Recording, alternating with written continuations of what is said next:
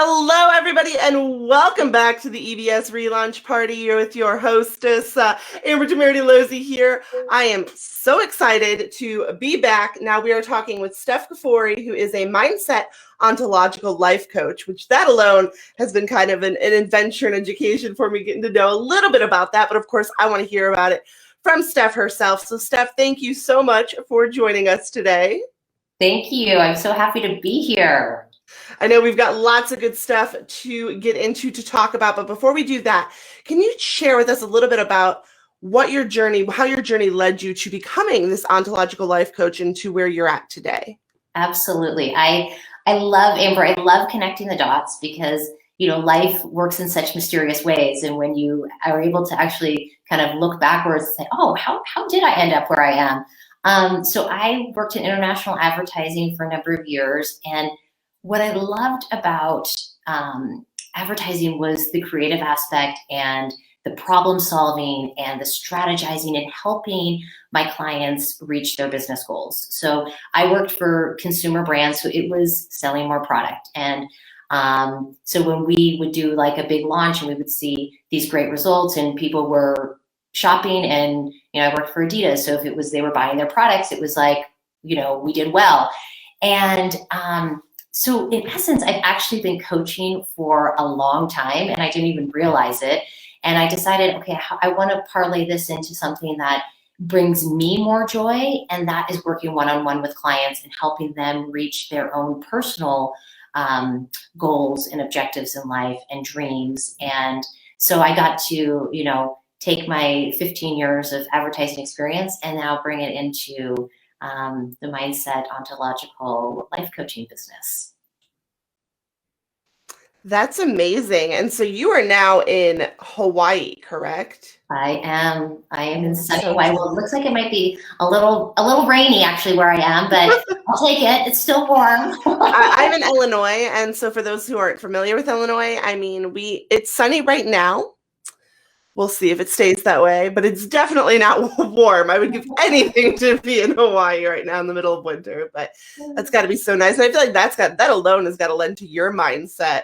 I feel like being in the sunshine, being near the ocean, and that would be so nice. Well, and it's funny, Amber, because this was actually one of my husband's dreams. And when the opportunity came up, I thought, well, we're never going to move to Hawaii. And lo and behold, here we are. So, and actually, this is a good segue into what I want to talk about today. Yeah, absolutely. Let's dive into that. Tell us, what are you going to be sharing with us today? Yeah, so I am going to be talking about dreams, and that dreams really can and do come true, and embracing your authentic, extraordinary self, and realizing when you reactively go down a certain path and opening your eyes to new possibilities. So I know that's a lot, so I'm going to unpack that as we carry on our conversation.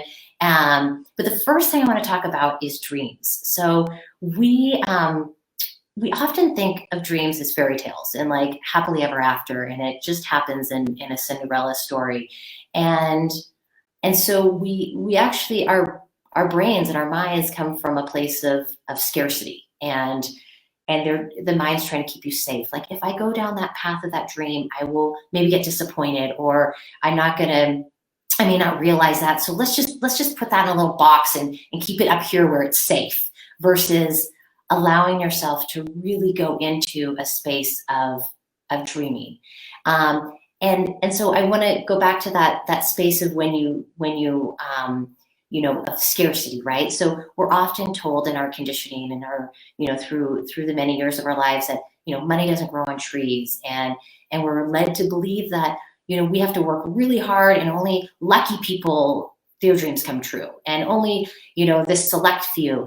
And so when you're thinking that, right, like, I can't do that, I could never reach that.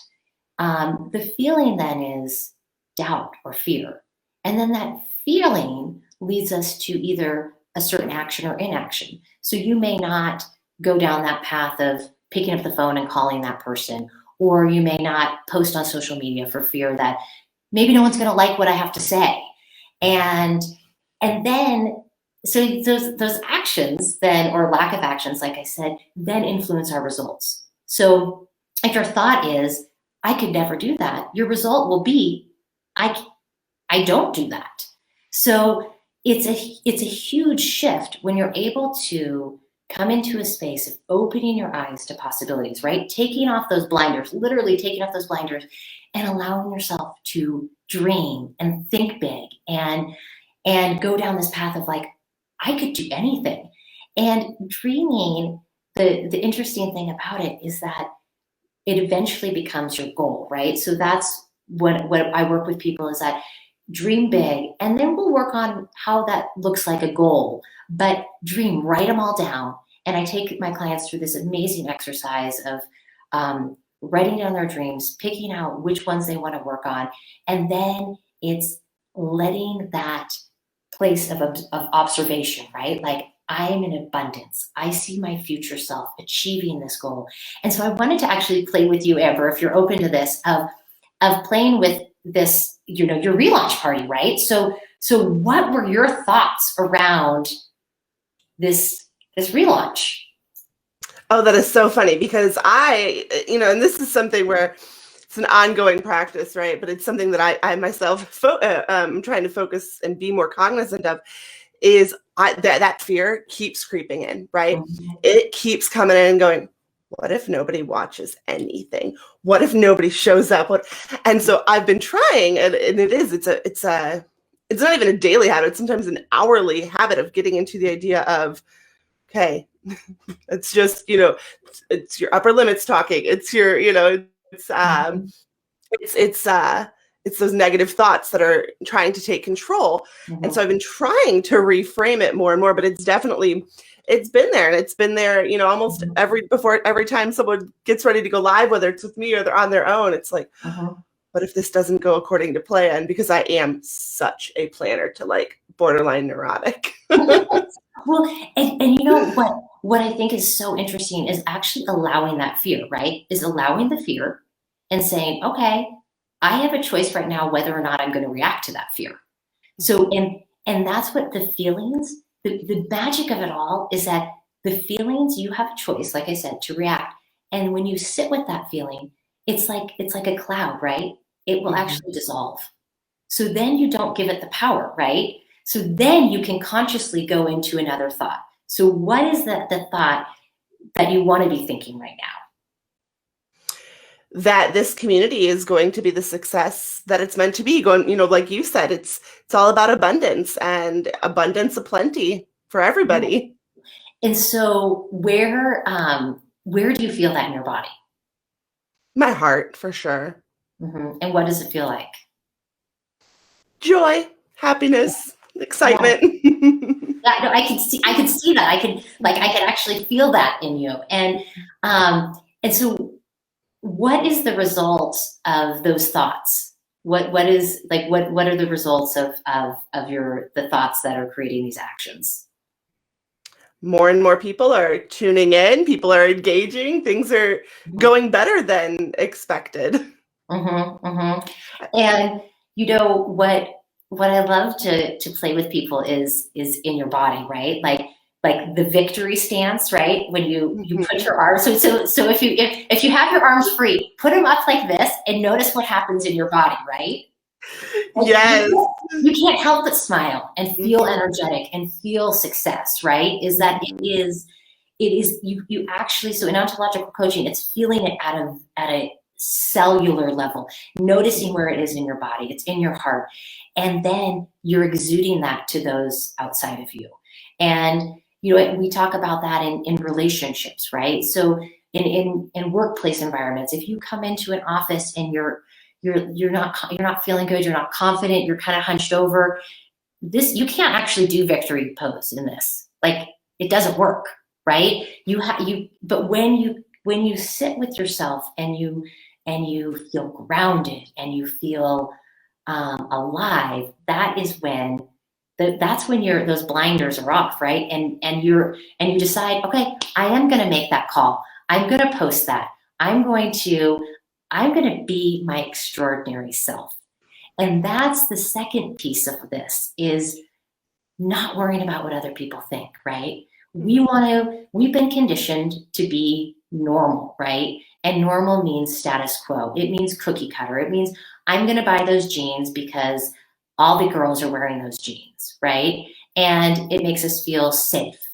And when we are able to shed the layers of what other people think, we're actually able to be our authentic self. And that's when we're able to dive into what is our true passion? What is the movement, right? We're able to listen to that inner voice. And it also takes a lot of courage. So all these wonderful entrepreneurs out there, I'm going to bank that all of you are so courageous and you're taking all these risks and you're going out there and you're probably failing. And I actually love failure. And I think what we've done in our society is we've demonized failure. We've made it a bad thing, right? Instead of failure is a learning. When children are learning how to walk, we don't shame them and say, you just fell down. We say, get back up. You're just learning, right? And so it's a shift in the mindset and how we view things. So Amber, to your point earlier, let's say you wanted 100 people to watch this and 50 people did.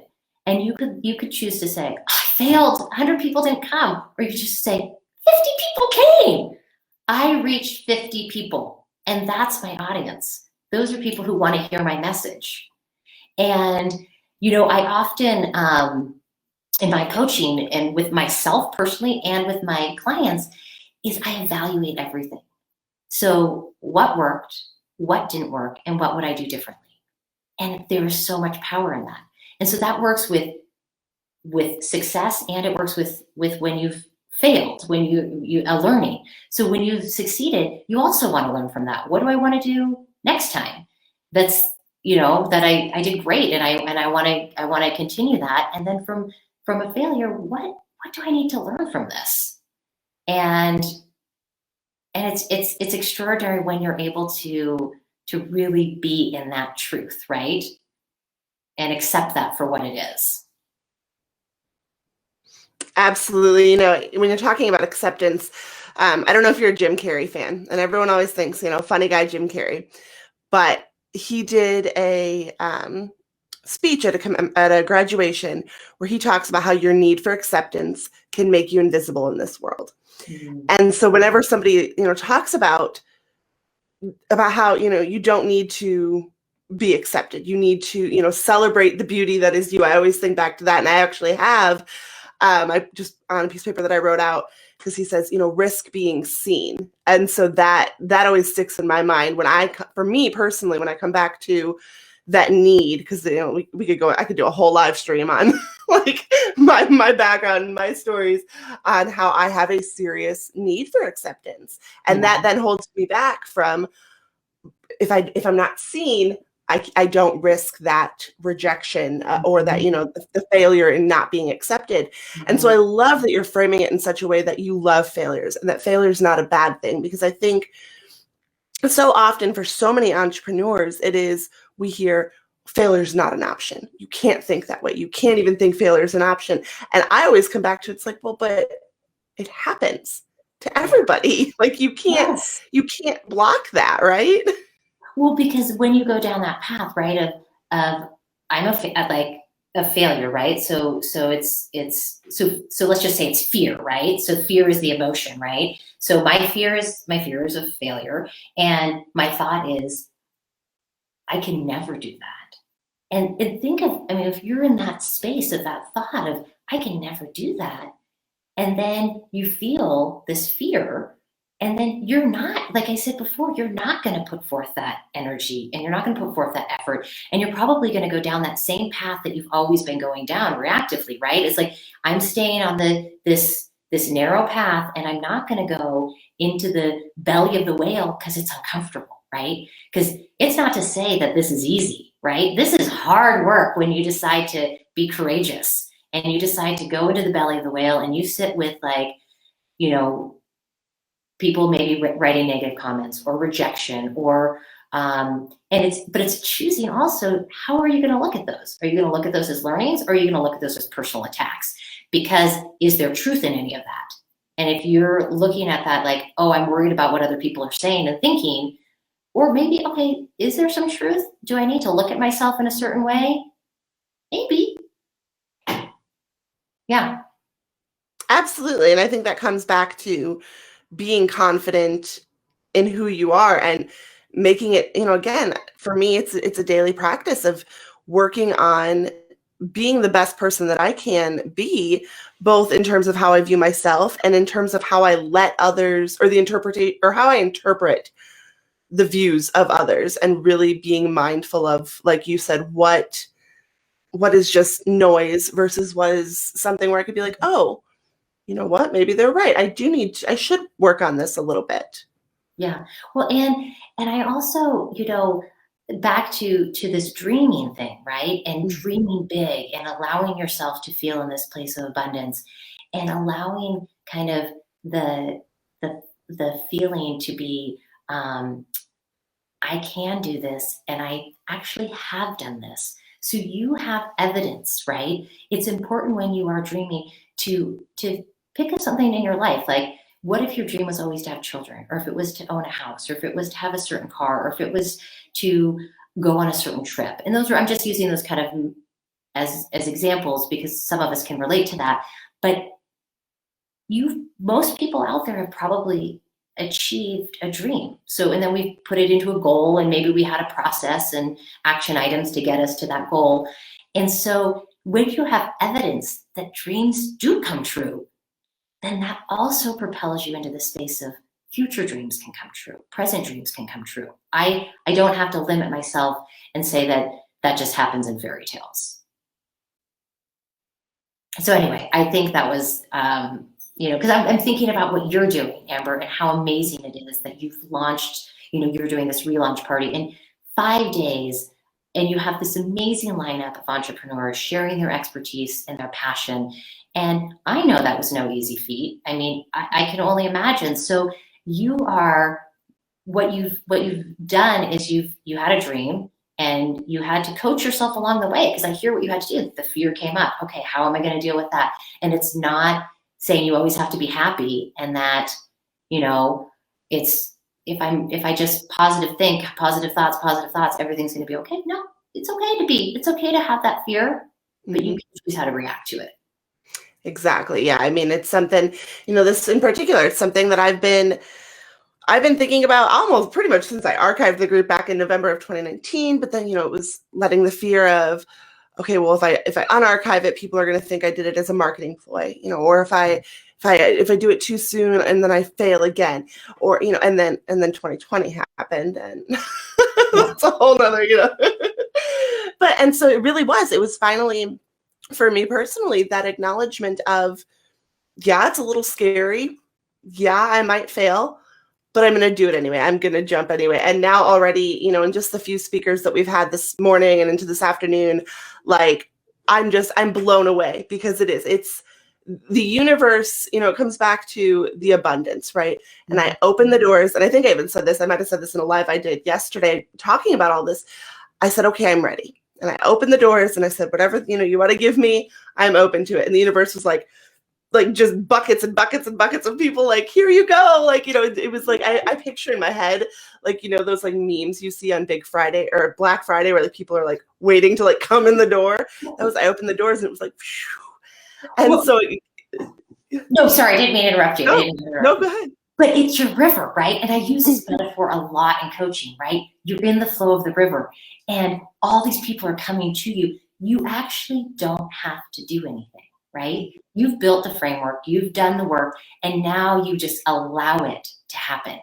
And it is so powerful when you can allow things to really just happen at their own time, at their own pace, with the confidence and really, because I don't want to get like too spiritual, but it's really, but it's feeling it at that level of, okay, I am aware, and I am allowing, and I am open, and I'm open to what's going to happen.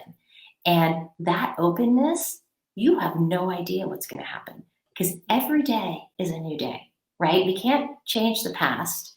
We have no idea what the future holds, because all we have is this moment. So when you're in this present moment and these wonderful things are happening to you in your business, and I say ride that wave and reflect on it, and so that it can actually help you in the future too. So you have evidence. Again, this is that piece of evidence, like it has worked, it does work, it has worked for me in the past. And these are just thoughts that are coming up that are trying to keep me safe and to potentially limit me. Mm-hmm. And it's really, I think again, what you've done is remarkable, and I'm excited to see what all these speakers in the next 4 days have to offer.